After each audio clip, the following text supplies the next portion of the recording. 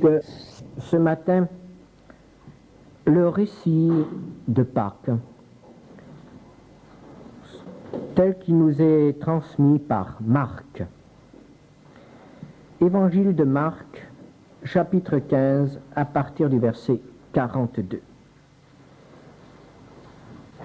Marc 15, à partir du verset 42.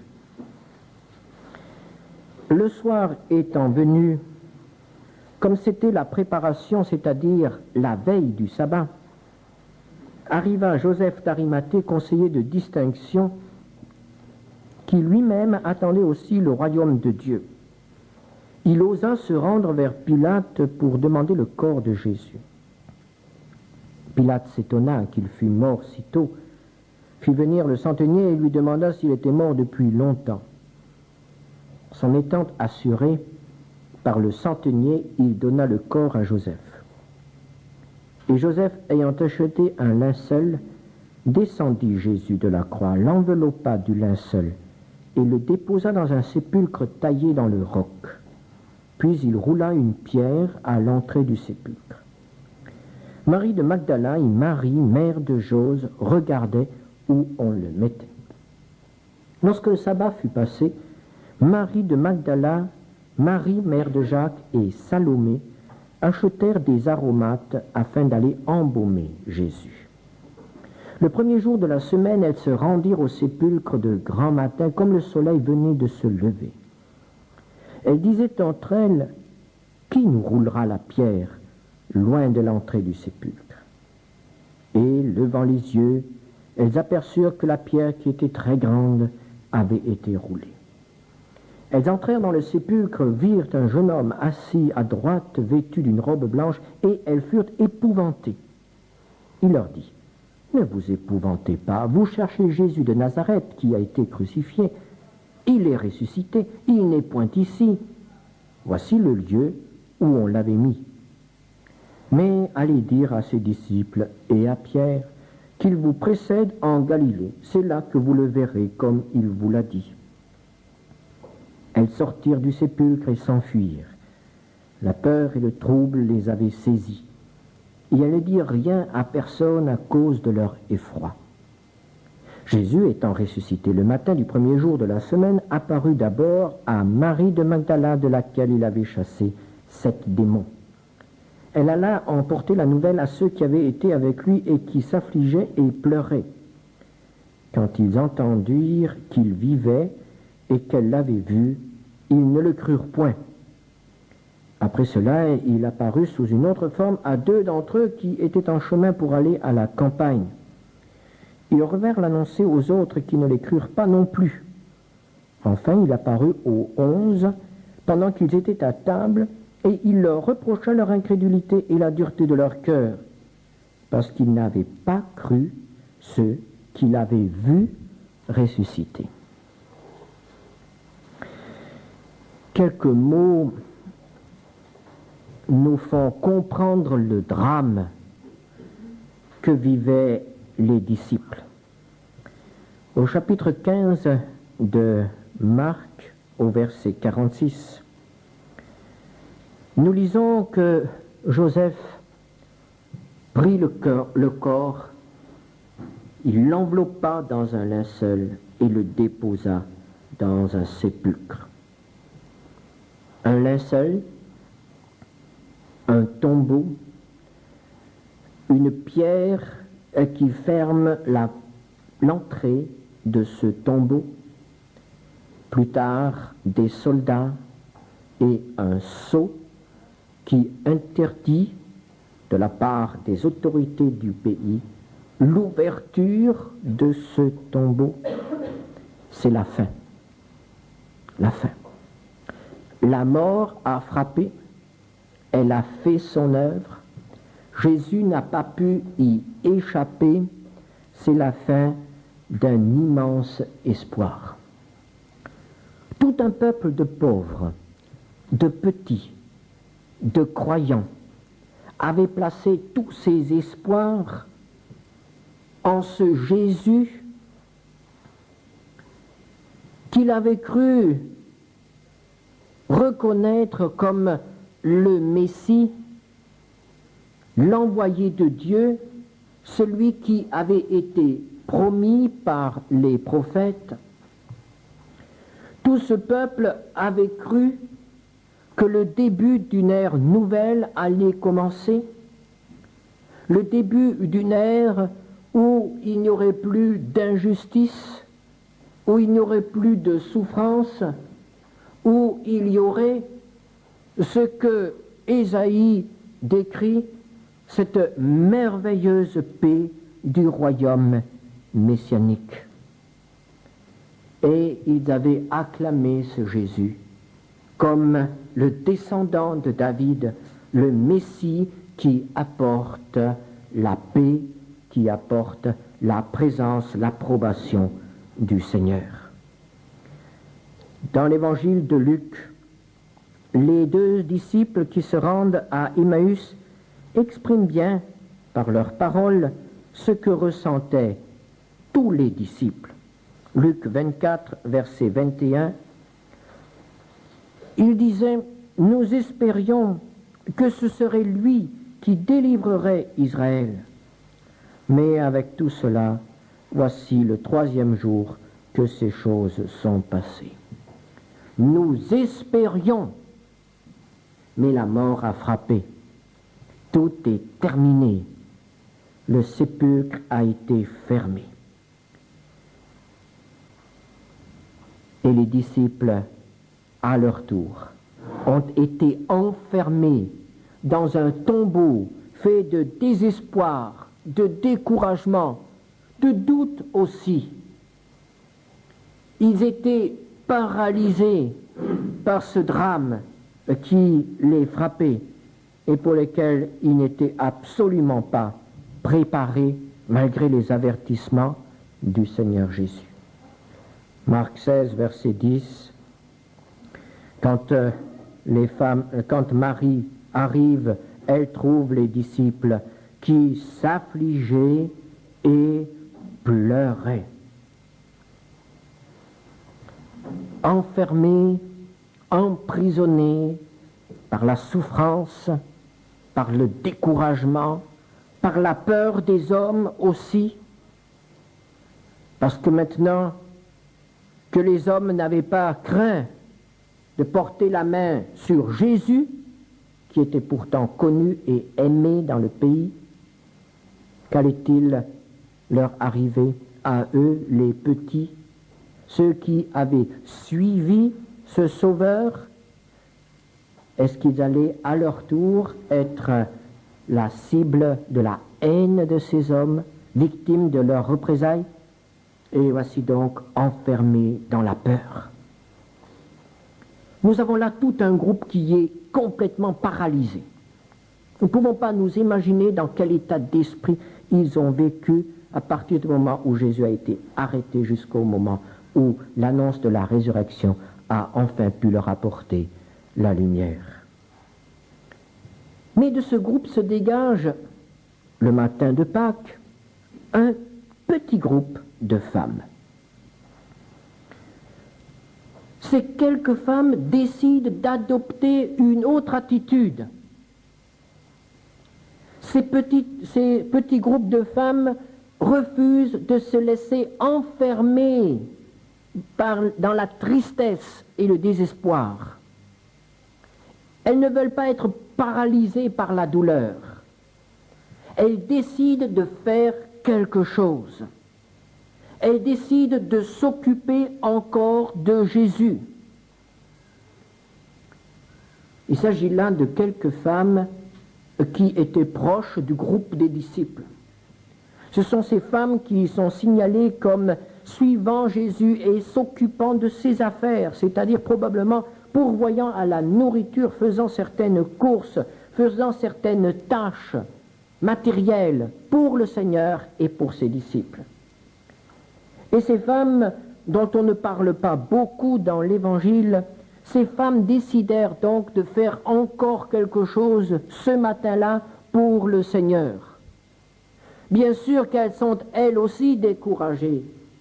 Bien entendu, elles sont aussi déçues. elle aussi pensait que Jésus était le Messie et qu'il allait tout changer.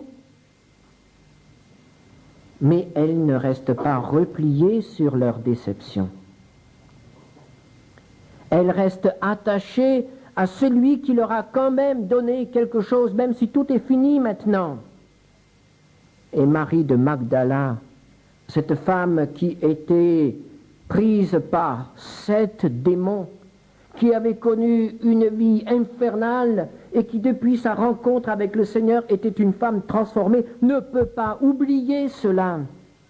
Et la reconnaissance la pousse à aller et à faire encore quelque chose pour Jésus, à ne pas laisser Jésus tel qu'il a été déposé dans son sépulcre, à lui donner au moins ce que l'on donne aux autres morts, à l'honorer encore dans sa mort, à ne pas se séparer de lui, à ne pas l'abandonner tel qu'il a été déposé dans son tombeau. Ce n'est pas la foi qui les a poussés ce matin-là vers le sépulcre, mais c'est probablement la reconnaissance qui les pousse à accomplir une humble œuvre de reconnaissance. Faire quelque chose en souvenir de ce qu'il a fait pour elles. La reconnaissance. Cette reconnaissance les a aidés à surmonter pas mal d'obstacles. Normalement, elles auraient dû faire ce travail tout de suite après la mort de Jésus. Mais le sabbat est intervenu. Et le sabbat mettait fin à toute occupation, tout travail. La loi leur interdisait de s'occuper d'un mort le jour du sabbat. Alors elles se sont contentées de voir Joseph rouler la pierre devant le sépulcre. Et elles sont parties. Elles n'ont rien pu faire ce soir-là. Il fallait attendre la fin du sabbat, c'est-à-dire le soir du sabbat. Et là, elles sortent et elles font leurs achats. Achats d'aromates, achats de tout ce qui est nécessaire pour rendre un dernier hommage à ce corps du Sauveur. Ça sera fait le soir même. Pourquoi le soir? Pourquoi ne pas attendre au lendemain? Parce que le lendemain, elles ne veulent pas perdre un instant, elles veulent être là, à la tombe, dès le début, dès le lever du jour. Il ne faut pas que cette tâche qu'elles veulent accomplir souffre un retard quelconque. Elles veulent être là de bon matin. Et c'est pourquoi nous les voyons en route. Certains évangiles disent « il faisait encore obscur ». D'autres disent « le soleil venait à peine de se lever ». Nous comprenons qu'elles se sont levées avant l'aube, elles sont parties alors qu'il faisait encore nuit, et elles arrivent près du sépulcre alors que le jour se lève. Elles ont une préoccupation, la pierre. La pierre, si lourde, si grande, qui va la rouler pour nous? Elles n'ont pas d'hommes avec elles. Les hommes sont encore dans leur désespoir. Les hommes sont en train de pleurer. Les hommes sont en train de trembler. Les hommes ne sont pas prêts à aider ces femmes. Les hommes ont laissé partir ces femmes sans leur offrir de venir rouler la pierre.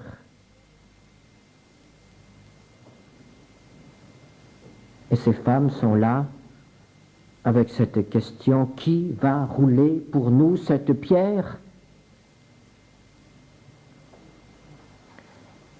Elles ignoraient peut-être qu'il y avait un sceau qui interdisait d'ouvrir le sépulcre. Elles ignoraient peut-être qu'il y avait une garde qui interdisait l'approche du sépulcre à tout disciple. Si elles avaient connu ces choses, aurait-elle renoncé? Certainement pas. Certainement pas.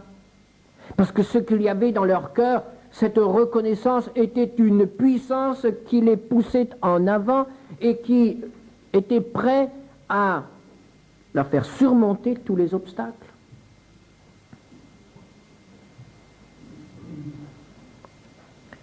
Elles sont parties, elles ne se sont pas laissées arrêter par les circonstances qui auraient pu les arrêter.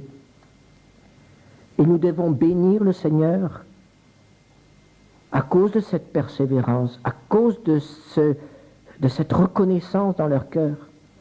Car imaginons un instant ce qui se serait passé si les femmes n'avaient pas été au tombeau ce matin-là. Le Seigneur en serait sorti, de toute façon. La pierre aurait été roulée, le seau aurait été brisé, les gardes se seraient enfuis, les gardes auraient été les premiers à annoncer la résurrection du Seigneur. Les gardes auraient reçu l'argent du silence, l'argent du mensonge, pour répandre dans la ville que les disciples sont venus s'emparer du corps de Jésus. Et tout cela, les disciples l'auraient ignoré, enfermés dans leur chambre, enfermés dans leur tristesse, paralysés par la souffrance. Quand auraient-ils appris que Jésus est ressuscité? Quand auraient-ils eu le courage d'aller jusqu'au tombeau pour constater que la pierre est roulée et que le tombeau est vide? Est-ce qu'entre-temps, les pharisiens n'auraient pas eu une solution? Est-ce que les pharisiens n'auraient pas pu remettre un corps, remettre la pierre, remettre le seau et placer une garde interdisant à quiconque de s'approcher? Qui aurait pu franchir? Qui aurait pu braver la garde? Qui aurait pu témoigner devant le monde que Jésus est ressuscité, que le tombeau est vide, s'il n'y avait pas eu les femmes ce matin-là? S'il n'y avait pas eu ces femmes qui sont allées au tombeau tout simplement parce qu'elles aimaient le Seigneur, parce qu'elles avaient une dette de reconnaissance envers lui, et parce qu'elles ne reculaient pas devant les obstacles, devant la tâche, parce qu'elles étaient prêtes à servir. Un humble service a permis de faire connaître au monde la résurrection de Jésus. Quelques femmes, peut-être méprisées par le monde en ce temps-là, certainement que Marie de Magdala ne devait pas être très estimée. Et elles sont allées, et grâce à elles, la grande nouvelle a été connue, et le plan des pharisiens a été déjoué. Quand elles sont arrivées, la pierre était roulée. Levant les yeux au verset 4, elles aperçurent que la pierre qui était grande avait été roulée. Il n'y a plus personne. Les soldats se sont enfuis. Tous les obstacles ont été ôtés. Le sépulcre est ouvert. Mais alors, une nouvelle inquiétude remplit le cœur de ces femmes. Le tombeau a été profané. Quelqu'un l'a ouvert. Quelqu'un y est entré, quelqu'un a pris le corps de Jésus, quelqu'un a fait disparaître le corps de Jésus. Pourquoi? Où l'ont-ils mis? Et aussitôt Marie retourne à Jérusalem, va avertir les disciples et va leur dire, ils ont enlevé le Seigneur, ils ont enlevé le Seigneur. Les autres femmes restent encore devant le tombeau et se hasardent à jeter un coup d'œil à l'intérieur. Et elles découvrent que le tombeau n'est pas vide. Non, le corps de Jésus n'est plus là, mais le tombeau n'est pas vide. Il y a là un jeune homme. Il y en avait probablement deux anges étaient là, mais l'un des deux parle. Et il leur annonce la grande nouvelle. Verset 6, « Ne vous épouvantez pas, Vous cherchez Jésus de Nazareth qui a été crucifié. Aucun doute n'est possible. L'identité est bien la même. Jésus de Nazareth qui a été crucifié. Il est ressuscité. Il n'est point ici. Voici le lieu où on l'avait mis. Son corps n'a pas été dérobé. Il est sorti du tombeau lui-même. Il est vivant. Il est ressuscité. Est-ce qu'elles comprennent ce message? Elles comprennent certainement une chose, c'est qu'il est vivant. Cela, elles l'ont compris. Elles n'ont probablement pas compris ce qu'est la résurrection. Car jusqu'à présent, aucun homme n'était ressuscité comme Jésus. Elles savent ce qu'est une résurrection. Des morts, comme Lazare, comme la fille de Jairus, comme le jeune homme de Naïn. On emploie à tort le mot résurrection pour ces retours à la vie. Elles ont probablement pensé que Dieu était intervenu et avait accordé à Jésus un retour à la vie, qu'il était vivant, tout simplement qu'il allait continuer à vivre pendant un certain temps sur la terre une vie d'homme, avec la vieillesse et plus tard la mort. La résurrection, telle qu'elle s'est réellement passée, elles ne la connaissaient pas. Elles n'ont pas pu l'imaginer. Elles n'ont pas pu imaginer que le corps de Jésus avait subi une transformation totale, qui est la victoire de l'Esprit sur la matière et qui permet au Seigneur de se manifester dans un corps semblable au nôtre, mais dans des conditions qui ne sont absolument impraticables pour nous. Entrer dans une maison dont les portes sont fermées, apparaître, disparaître. C'est cela la résurrection, la métamorphose de notre corps. Cela, elles ne l'ont probablement pas compris. Et ce n'était pas nécessaire non plus. Dans un premier temps, l'essentiel pour elles était de savoir qu'il est vivant. Et cette nouvelle les remplit de joie, mais aussi de frayeur. Et elles s'enfuient. Elles sortirent du sépulcre et s'enfuirent. Et l'évangéliste souligne leur effroi. Mais en partant, elles emportent avec elles un message. C'est le message du matin de Pâques. Chapitre 16, verset 7.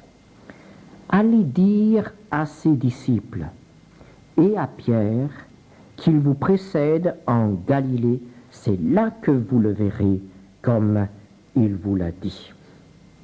Et ce message confirme ce qu'elles ont entendu. Il est vivant, il n'est plus dans ce tombeau, et vous le reverrez. Où allez-vous le revoir? Vous le reverrez en Galilée. Il vous précède et il vous fixe un rendez-vous. Pourquoi la Galilée? Mais parce que c'est le pays de l'enfance, de la jeunesse de Jésus. C'est le pays du ministère de Jésus. C'est surtout la région qui a accueilli Jésus. Jérusalem n'a jamais accueilli Jésus. Le peuple de Judée n'a jamais accueilli Jésus. Mais la Galilée a accueilli Jésus.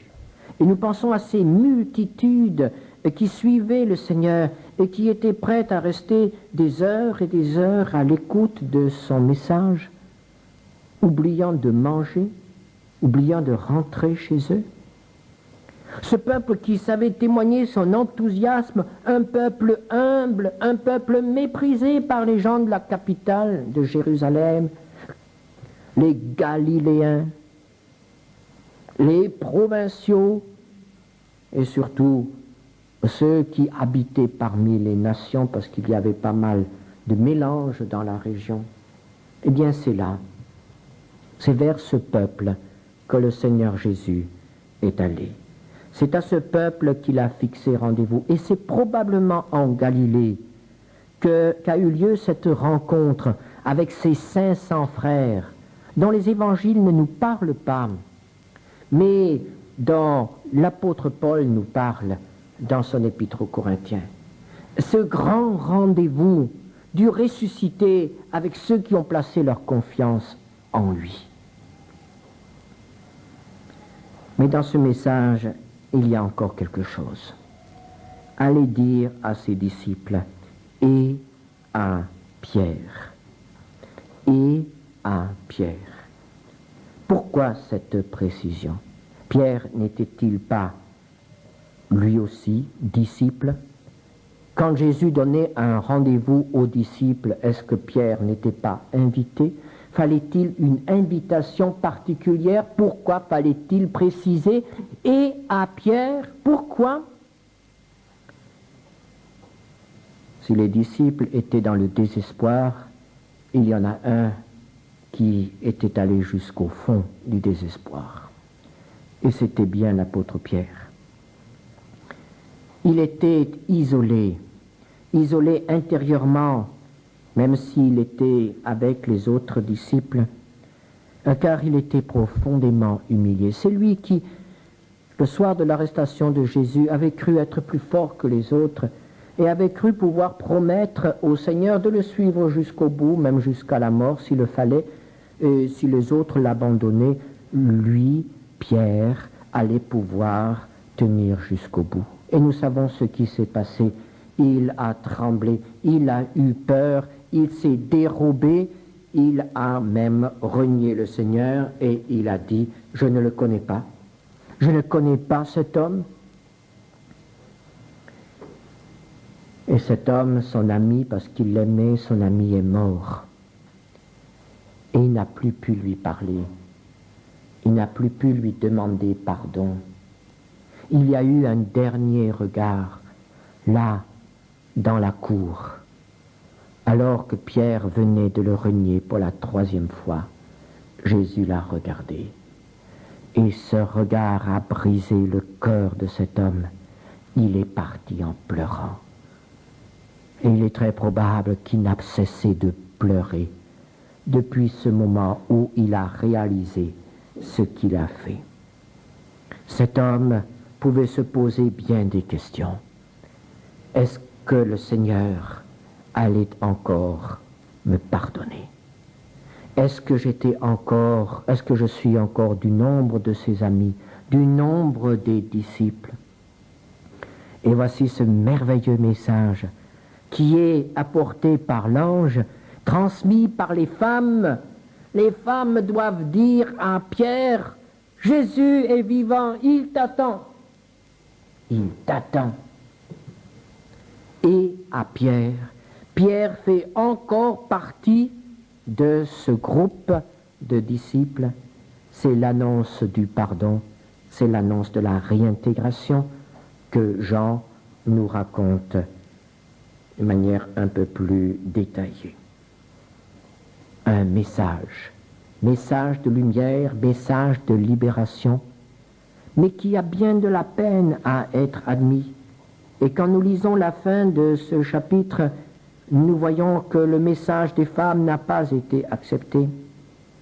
Le message des 2 disciples a eu bien de la peine à être accepté aussi. Et c'est finalement le Seigneur qui, en se présentant aux 11 plutôt, surmonte leur incrédulité, brise cette incrédulité, brise cet étau du désespoir qui les enserre et les libère. Il a fallu toute une journée, depuis le moment où les femmes ont reçu le message que Jésus est vivant, jusqu'au soir, pour que les disciples sortent enfin de leur désespoir. Le plus grand obstacle, ce n'était donc pas la pierre, ce n'était pas la mort, le plus grand obstacle se situait dans le cœur de ces hommes. Dieu a fait ce qu'il avait à faire. Jésus est sorti du tombeau. Mais pour que la joie de Pâques, pour que la vie de résurrection pénètre en nous, il faut que, en nous, les portes s'ouvrent. Et très souvent, nous sommes aussi en prison. Nous sommes enfermés par nos préoccupations. Nous sommes enfermés par notre désespoir, ou par notre souffrance, ou par nos problèmes. Nous sommes en prison. Et ce merveilleux message du Christ vivant, ce message libérateur, parce que si Jésus, le Jésus des évangiles, est vraiment vivant, c'est qu'il est le Fils de Dieu, c'est qu'il est notre Sauveur. Et à partir de ce moment-là, tout devient possible dans ma vie, tout. Mais comme nous opposons de la résistance à ce message, comme nous préférons parfois être semblables à ses disciples, repliés sur nous-mêmes, aimant le Seigneur et pleurant sur lui et souffrant à cause de lui, alors que le Seigneur voudrait transformer notre vie en un témoignage de vie, un témoignage à la gloire de Dieu, la puissance de la résurrection. Est-ce que nous allons permettre au Seigneur ce matin de briser la prison de l'incrédulité afin que sa lumière et sa vie puissent nous transformer? Prions ensemble.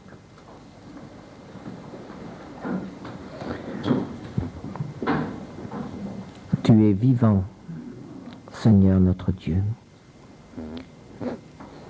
Merci pour ce merveilleux message du matin de Pâques. Merci parce que ces femmes ont eu le courage de faire quelque chose alors que personne n'y pensait. Merci pour ce dévouement qui nous a permis d'apprendre que Jésus est sorti du tombeau. Fais de nous aussi, Seigneur, des porteurs du message de la vie. C'est ce dont le monde a le plus besoin aujourd'hui, afin que les prisons s'ouvrent, afin que le désespoir se change en espoir, afin que la mort soit vaincue dans notre vie et autour de nous. Remplis-nous de cet esprit de vie au nom de Jésus. Amen.